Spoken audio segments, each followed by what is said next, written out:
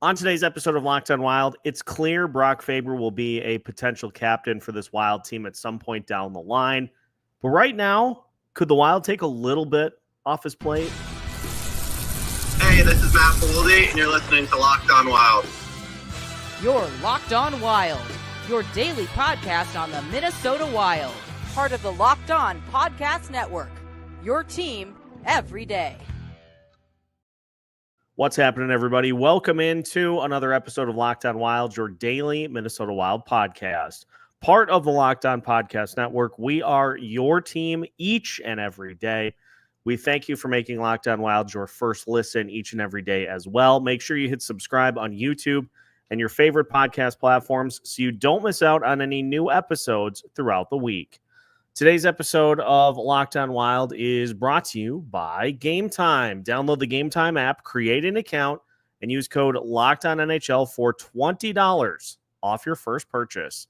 On today's episode of Locked on Wild, we dive into Brock Faber's 2024-2025 season and take a look at some interesting trends in the statistics and actually some spots where he did better than I thought he did, to try to figure out, what is the most optimal deployment of Brock Faber for next season, and do the Minnesota Wild need to take just a little bit off of Faber's plate to get more consistent results?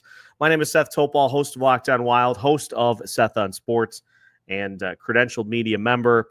And I'm going to say right off the bat, what we're going to talk about in today's show is not going to change my views on Brock Faber whatsoever, but it is, I think, a little bit of a learning opportunity and an opportunity for the Minnesota Wild to kind of reevaluate a few things for overkill, frankly, for various players. And this is not simply a Brock Faber issue. It is one, though, that I think affects him more frequently because of just the amount of minutes that he logs on a nightly basis and the amount of things that he is being asked to do on a nightly basis.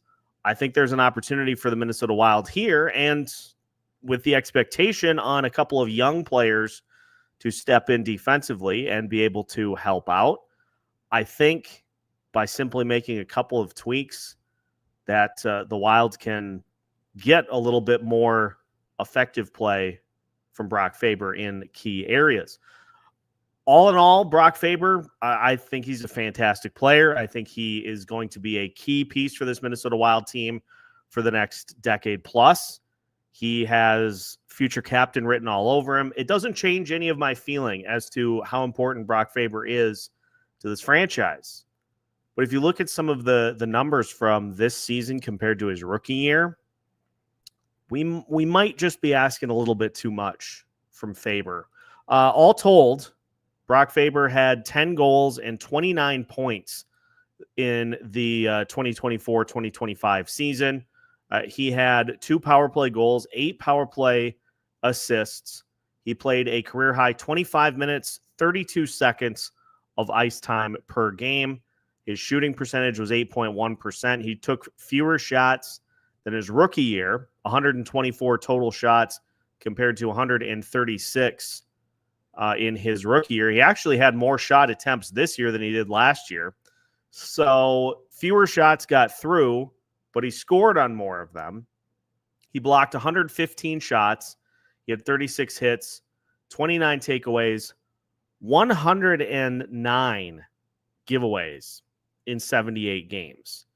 And this is, I think, one area that I want to key in on later. Now, giveaways, it's not a super arbitrary stat.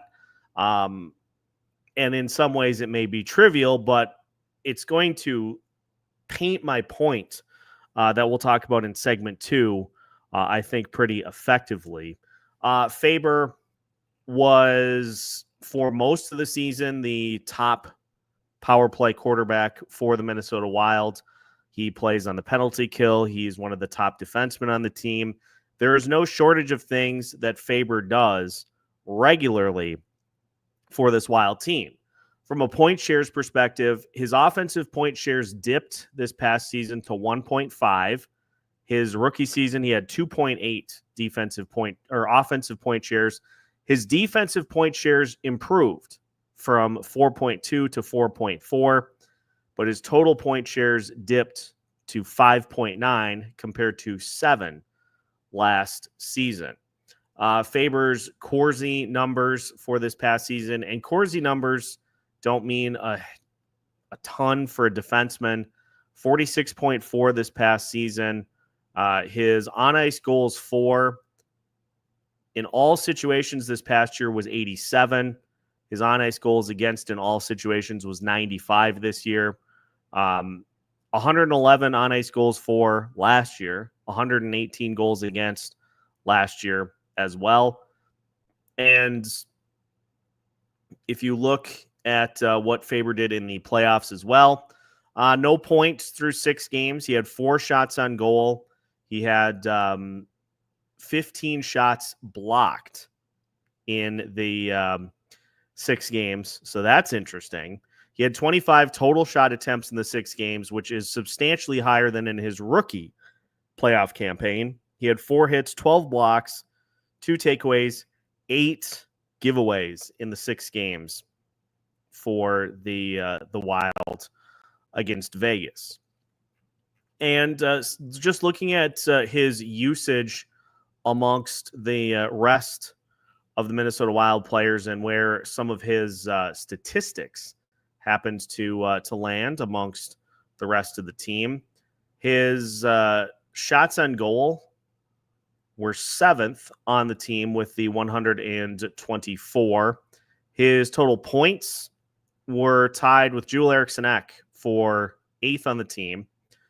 And his 10 goals were 10th on the team for the 2024-2025 season. And as far as the usage goes, as far as the minutes go, his time on ice per 60 was far and away the leader in the clubhouse. He averaged 27 minutes on ice per 60 minutes, 23 minutes on ice per, as far as even strength goes, second only to Jonas Brodin in that category. As far as power play time is concerned, Faber was 6th on the team with just over 2 minutes of power play time per night. As far as penalty kill usage goes, he was second to Jake Middleton with 2 minutes per night in that department. And his even strength time on ice, 21 minutes, 16 seconds per night, which was tops on the team. His shift length was 8th at 54 seconds per shift on average. So Faber does so many different things. He fills so many roles. And not only that, but something that me as part of the media appreciates as well, he is always willing to step up and answer questions after games. And that's not easy all the time. He had the memorable quote from during the season in which he said, it feels like everything that is going on around us is negative. And that was when it was when it felt like things were kind of starting to fall apart with all the injuries going on, and it seemed like a playoff spot was starting to slip away. And look, I get it, but he still made himself available to answer those questions, still made himself available to media.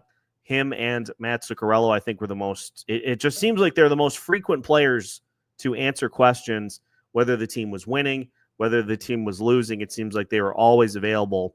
And that is a little thing we like to call accountability, which speaks to the leadership that Brock Faber brings on this team. And he speaks like a guy that's been in the league for 10 years already, which is why there have been so many discussions about, who's going to be the captain of the Minnesota Wild after Jared Spurgeon hangs up his skates or is potentially moved. Who's going to be the captain after that point? And Brock Faber is a very popular answer because he just plays and speaks well above the fact that he is a second-year player in the NHL. He does not fit the profile of a guy that's a second-year player in the NHL. So while the numbers took a little bit of a dip, Faber's still a great player. He's still a great player that fills a variety of roles, and I think he can be an extremely effective player if there just is an evaluation of what he all does.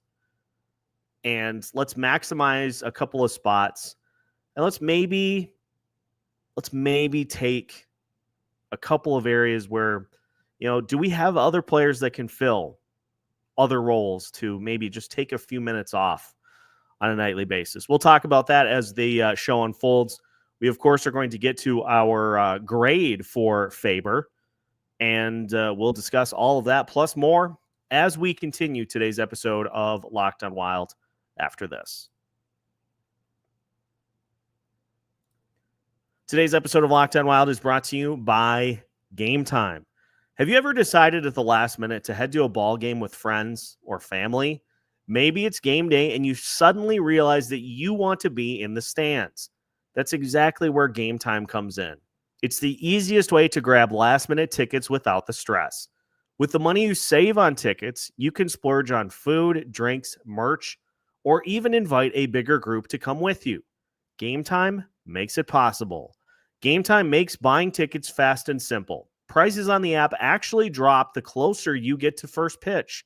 And they've got incredible last-minute deals, clear seat views, and a lowest price guarantee that takes the worry out of buying. One of my favorite features of Game Time is the ability to see what you will see from your seat before you buy it. I had this happen to me one time. I bought tickets to go to a game, and because it was kind of last minute, ended up sitting near the back of the bleachers. Couldn't see as effectively as I would like. And now I don't ever have to worry about that problem thanks to Game Time's panoramic seat views. So take the guesswork out of buying tickets with Game Time. Download the Game Time app, create an account, and use code LOCKEDONNHL for $20 off your first purchase. Terms apply. Again, create an account and redeem code LOCKEDONNHL for $20 off. Download the Game Time app today. Last minute tickets, lowest price guaranteed. Welcome back to today's episode of Locked on Wild. Once again, we thank you for making Locked on Wild your first listen each and every day. Once again, make sure to hit that like button and subscribe on YouTube so you don't miss out on any new episodes throughout the week. You can also follow us on your favorite audio platforms. We appreciate having you along for the ride on every single possible platform you can tune in. Coming up this weekend, we do have an update. Did hear from Denny last night, and we're going to have a show on Sunday where Denny will kind of get everybody caught up on how things are going. So join us Sunday at noon right here on YouTube as Denny will be making a return to these airwaves. We're very excited for him to come back to just chat about the team and kind of catch us up to speed as to where things are at with him. So that's coming up at noon on Sunday. All right, let's go through the grading process for Brock Faber. And I talked about, just a little bit of a dip in the numbers, but looking at our grading scale, so games played and availability. Brock Faber played in 78 games, so he gets the full 20 here because he fit in the 75 to 82 games played range. So he gets the full 20 for that.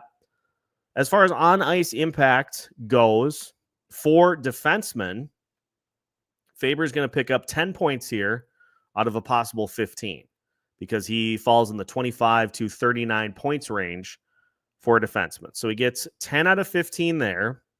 As far as the other numbers go, he was the power play quarterback. He did fill a penalty kill role, so he's getting 2 points there.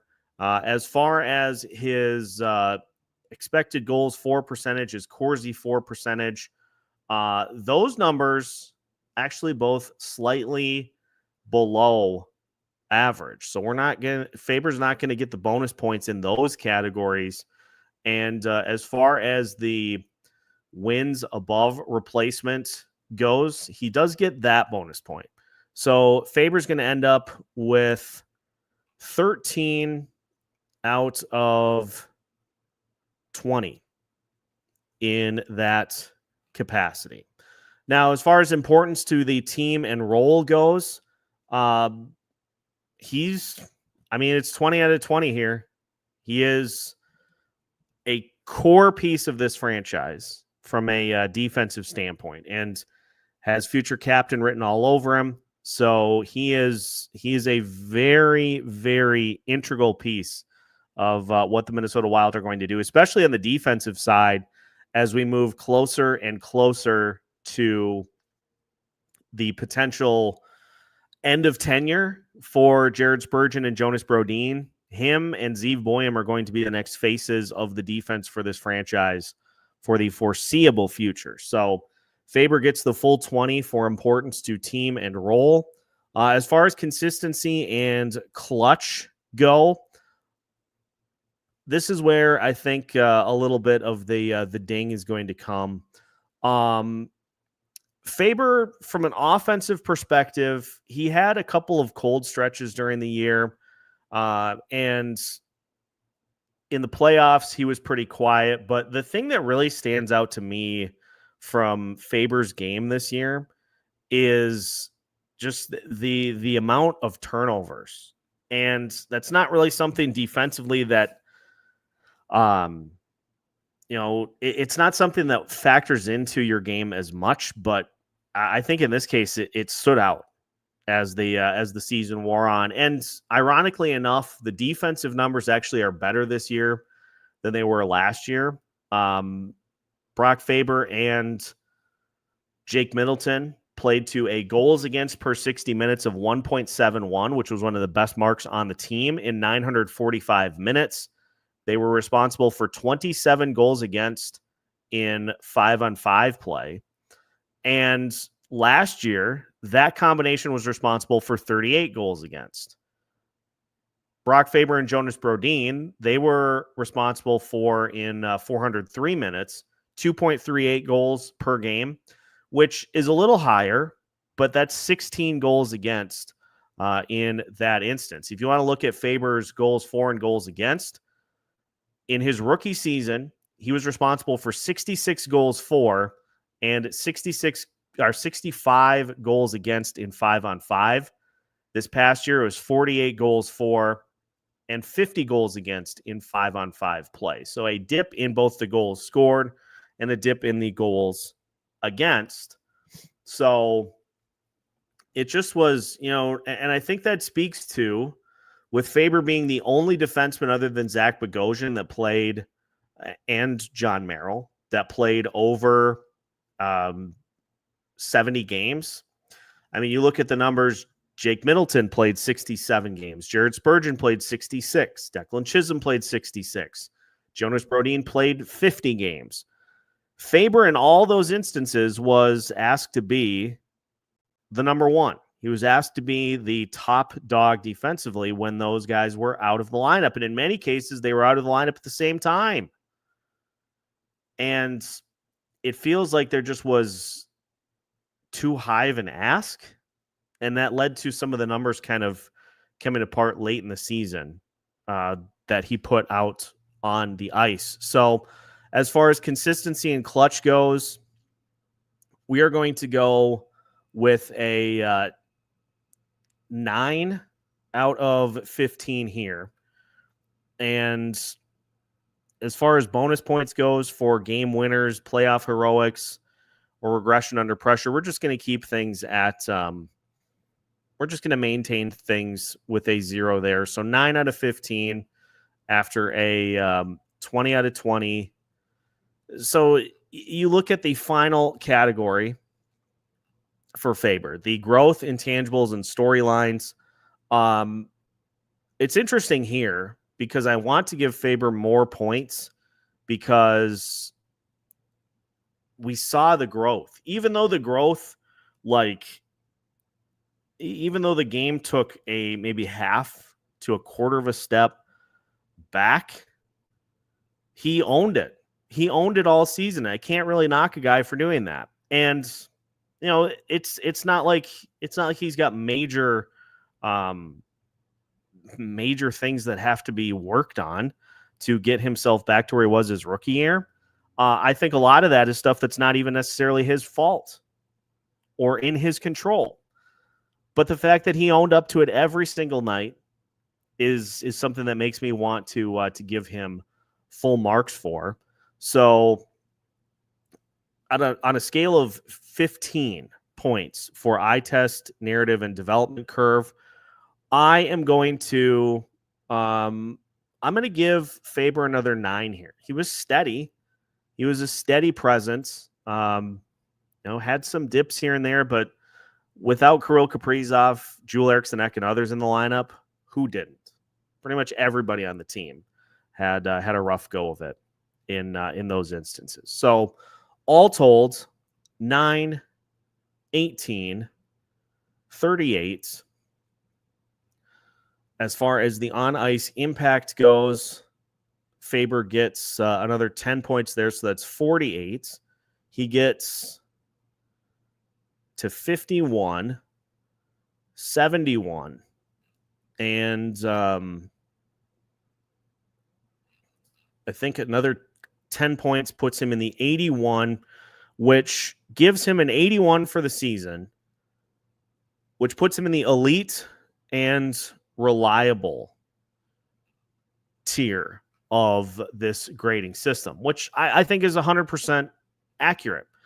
For the most part, Faber has been through his first 2 years. He has been very reliable. He has been elite. He has filled a variety of roles. But I think we saw this season what can happen when you ask guys to do too much. You burn out. You run out of steam down the stretch.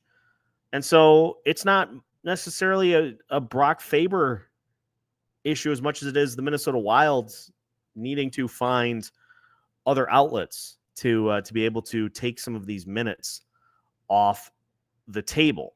So we're going to talk about that to finish off the show here today, because I think there are a couple of areas in which the Wild could assist Brock Faber, which will lead to his play being much more sharp while not having to fill just all the hats. We'll talk about that to finish today's episode of Locked On Wild after this.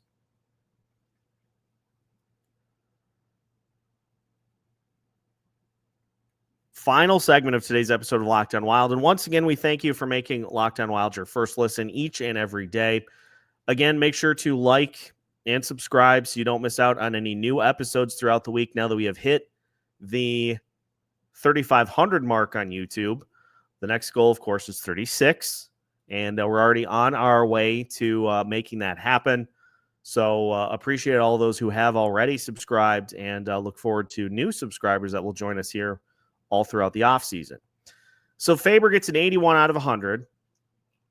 What can we do to get him closer to 100 out of 100 on this grading scale? Well, I think one area that could certainly help in just taking a little bit of the responsibilities off his plate is Zeev Buium. Now, we knew this past season, and since Brock Faber stepped in, Brock Faber has never been a consistent power play quarterback, but he filled the role admirably in his rookie season, and he filled it again for a good majority of the season this past year. Down the stretch, the Wild worked Jared Spurgeon back into that role on the top power play unit, because the production from that power play just was not getting it done. And honestly, of your forwards on that power play group, Matt Boldy, Jirieck, Kirill Kaprizov when he was healthy, those are guys that just are not going to move off that unit. Now, you could say Marcus Johansson, certainly. He played there a few times. I don't really ever want to see that again. Matt Zuccarello, maybe. But those forwards are pretty entrenched. And you could say that the struggles of that top power play unit could be pointed to those players not being in the lineup. And you wouldn't be wrong. But the fact is that power play unit just was not as consistent as it has been in years past. The overall numbers not terrible, but pretty cold down the stretch. And so Faber was taken off of that top power play unit. I think that's a role that is more naturally suited for Zeev Buium. So maybe that's a couple of minutes that you take off of Faber's workload during the course of a game. As far as penalty kill goes, I think he is going to be more of a penalty kill guy than a top power play unit guy in this team. So you can't really take that off his plate. But even there, that's a couple of minutes that that is off the table. But even still, just having players that can be more consistent in Zeev Buium and eventually David Jirieck, like these are guys that will be able to play minutes themselves. And you know, we've seen this team quite often play two pairings quite a lot and a third pairing not really at all. Well, this year, the expectation will be that Zeev Buium and David Jirieck will be in the lineup with Jonas Brodin out to start the season. You know, Zach Bogosian will be worked in there. I think depending on how the pairings play out, I think you can make a case that you've got guys that are capable of playing more minutes on the third pairing than they have in previous seasons. You've got games in which that third pairing plays 11, 12 minutes per night. And a lot of that is dictated by how the game plays out. But you can see how 30 minutes here, 30 minutes there, just because a guy can do that, and it kind of becomes like a fun talking point, doesn't mean that that's something you should be trying to do on a nightly basis. Guys get worn down. Guys get tired. They get beat up. And any little injury that you sustain makes it that much harder to be able to do that and to be effective doing it as you may have been earlier on. So one of my big storylines for Brock Faber this year is just to see if other defensemen are able to kind of step up and help this year. And that includes more games from Jared Spurgeon and Jonas Brodin, which is not a certainty, and it's honestly something that you probably shouldn't even plan for. But more games for Jake Middleton. Middleton, with the exception of this past year, he had been more towards the 75, 78 games played per year, and that's where you want to be. It's not really realistic to expect 82 games a season from guys. People get banged up during the year, and they just need a night off here and there. But if you're 75 to 82, that is what I would consider, you know, a healthy season.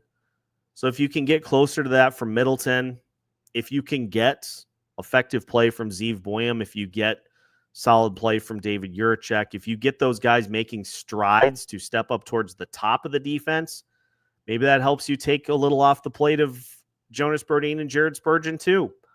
It feels like just there's a lot of buffet food on Brock Faber's plate, not a lot from others.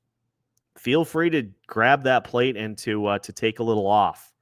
And, you know, just a little bit less in the responsibility side of things. And I think we certainly could see Brock Faber's game get back to as sharp as it was in his rookie season. And, you know, sharp may not even be the right word. I think dynamic is probably a better way to describe what we saw from Brock Faber in his rookie season and what we saw from him this past year. It just didn't have that same dynamic level to it. Was it bad? No. It was good. He had a good season. He just didn't have the same level of dynamic play that he did in his rookie year. So all told, 81 out of 100 for Brock Faber this season. It does not change my feelings about where he will factor into the lineup, you know, long term. I'm not swayed by any of that. It's just let's just kind of take a look at how things played out and try to maybe adjust them slightly for 2025, 2026. Do you agree with the rankings? Do you agree with the grade? Do you agree with my thoughts on where Brock Faber slots in on this team? He's going to be an anchor for this team for the foreseeable future. And unless Kirill Kaprizov gets it, you're probably looking at your future captain for the Minnesota Wild. So that's going to do it for today's episode. Thank you to everyone for tuning in once again to another episode of Locked On Wild. Make sure to hit that like button before you go today. And make sure, if you have not already, to subscribe so you don't miss out on any new episodes throughout the week. We've got new episodes for you every Monday through Friday as part of the Locked On Podcast Network. We are your team each and every day.